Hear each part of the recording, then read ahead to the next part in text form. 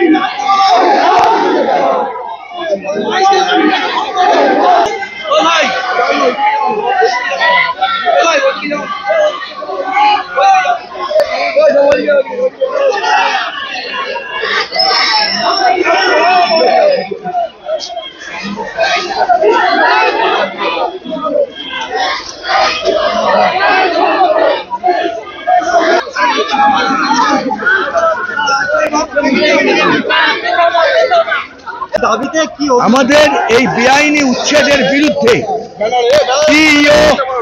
CEO যেভাবে বেআইনি উচ্ছেদ করছেন, মাননীয় মুখ্যমন্ত্রী যা বলেছেন, ববি হাকিম যা বলেছেন, তাকে না মেনে তারা উচ্ছেদ করছেন পুরনো হকারদের, তার বিরুদ্ধে এবং সিওর পদত্যাগের দাবিতে আমাদের আজকের এই মিছিল।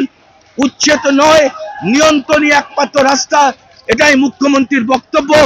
তাকে পদদলিত করে যেভাবে সরকার বিরোধী কাজ এখানকার সিও করছেন গত 2 বছর ধরে, তিনি আমাদের বিশ্বাস তার কাজ বিজেপি এবং আরএসএর হাতকে শক্ত করছে।